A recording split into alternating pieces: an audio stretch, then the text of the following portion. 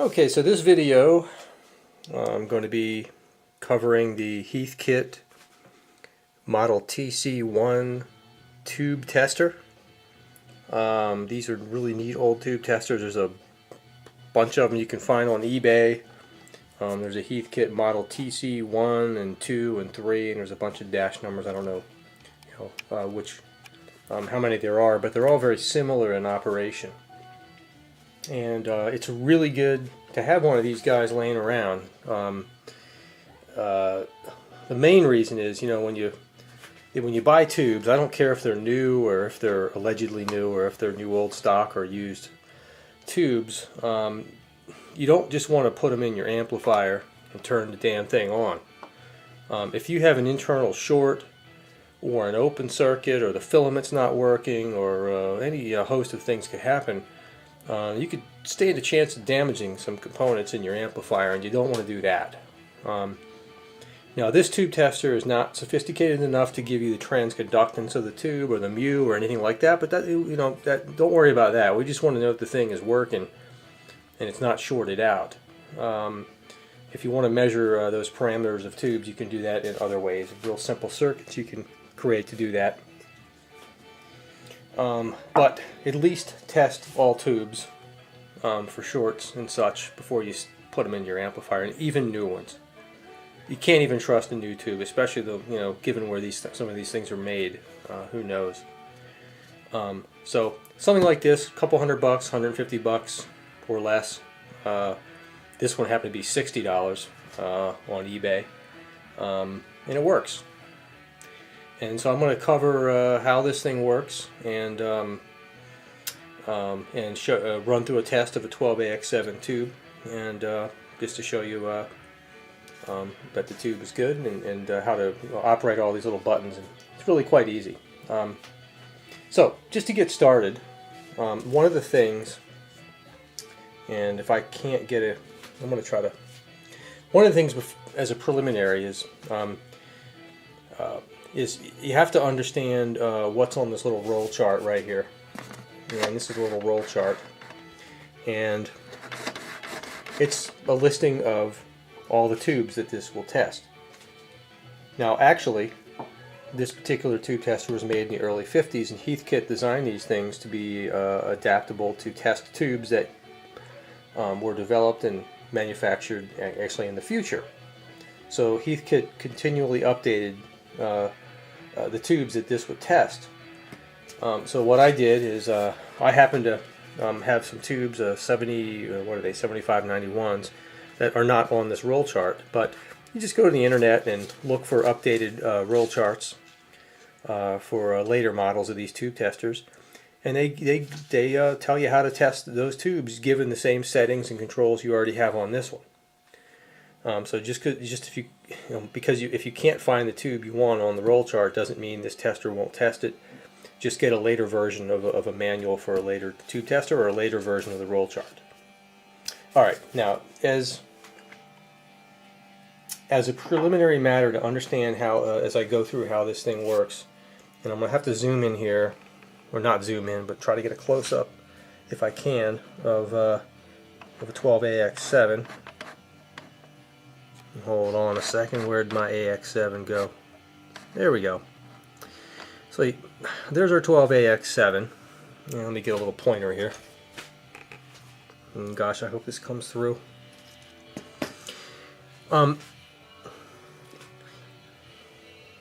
Yeah, that'll look good. So these little columns here, type, filament, plate, top and bottom.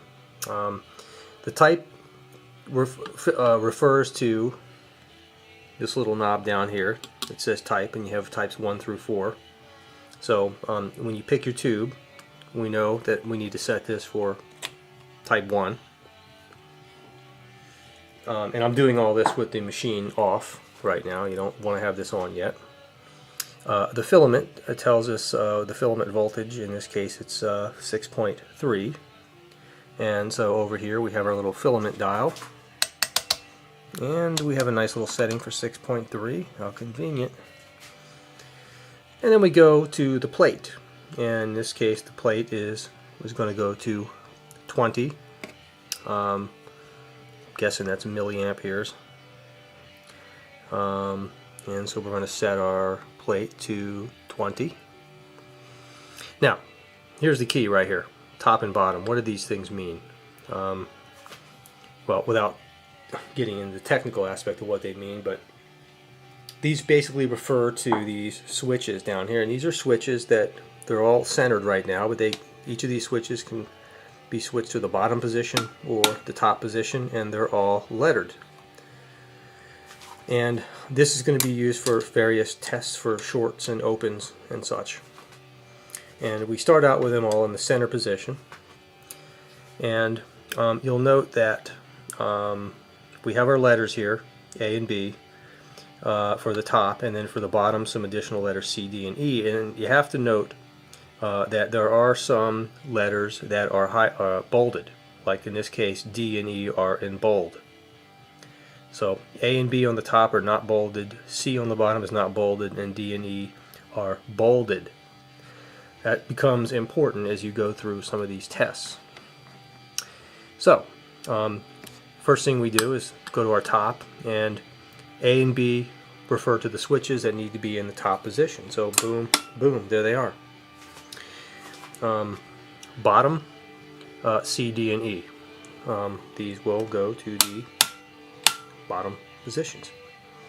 And this gives us our, we've preliminarily set this up to do our test. Now what we're going to do before I insert the tube in is turn this guy on.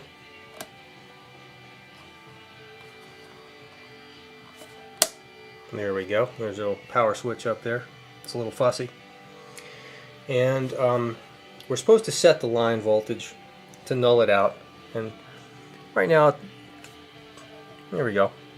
Just rotate this knob, and our line voltages in our houses all vary between 115 and 125 volts, thereabouts. And so I've zeroed it out. You can see right in the center of the meter at the top it says line test, and that's what we've just done. Okay,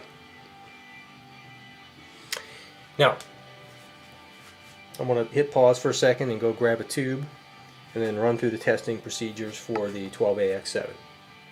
So stand by. Okay, I have my little 12AX7 here, and I'm going to pick the right socket for it, which happens to be this one. And I'm going to insert them in there good. Now I've turned the machine off while I'm doing this, and our tube is in, and now I'm going to turn the machine on. And before you do any tests, you should let the tube warm up. We've set the filament to 6.3 volts per the chart, and so we're just going to let it warm up. And I see it's glowing. Okay, now I'm going to hit pause for a second, let that guy warm up, and then we're going to start out with the various tests we can do with this thing. And again, I'll go through kind of slowly each test and explain what it's for, and which buttons we're flipping and why, and what we're seeing on the meter. So stand by. Okay, so our tube is warmed up, and the first test we're going to do is for shorts. Now this is all in the, when you get one of these testers, it should come with a manual. If not, you can download one from the internet. Not a problem. But anyway, the first test we're going to do is for shorts. So for the short circuit test, we are going to, let me read this directly from the manual. We're going to check the tube for shorts by moving the levers shown in light type through two positions and returning to the position shown on the chart. So as you can see in light type, for our 12AX7 we have A, B, and C. So here's our A,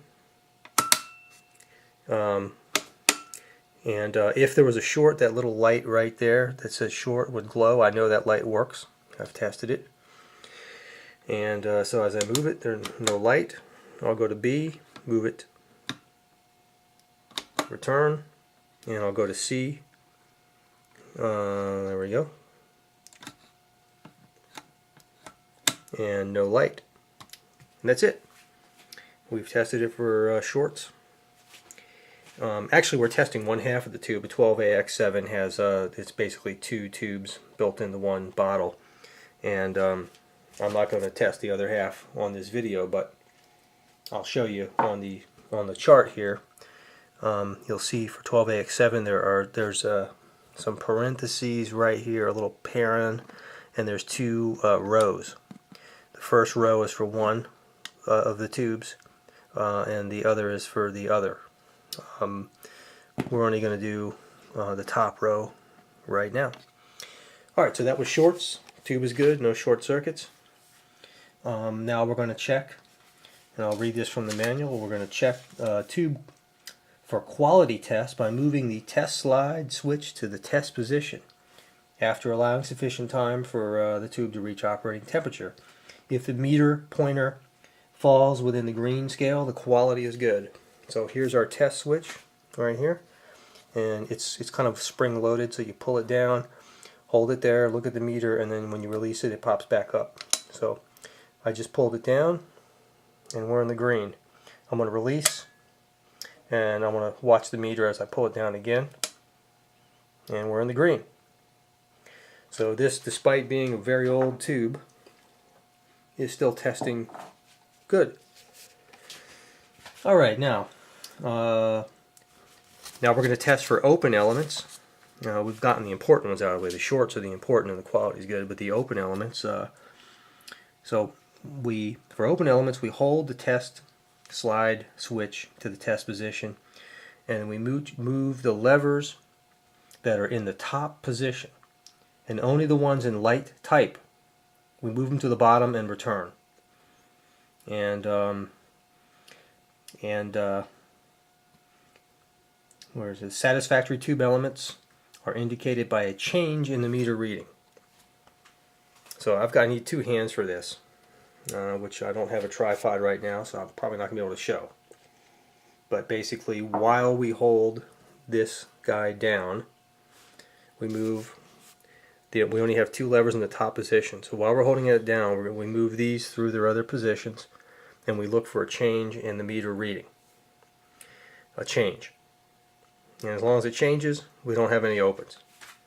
That's simple. And I've already done that with this tube, and the tube tests out fine. Can't show that because I don't have a tripod, and you need 2 hands to do it. Finally, we're going to, and this is a downloaded copy of the manual, we're going to check the filaments. The filament is basically the heater element inside the tube. And I kind of know that it works because it's glowing and the tube is working, but nevertheless, might as well just check it out anyway. So to do that, while the machine is on, we rotate our filament knob here down to 0.75, which is the lowest setting. So we're decreasing the voltage on the filament, which is perfectly fine.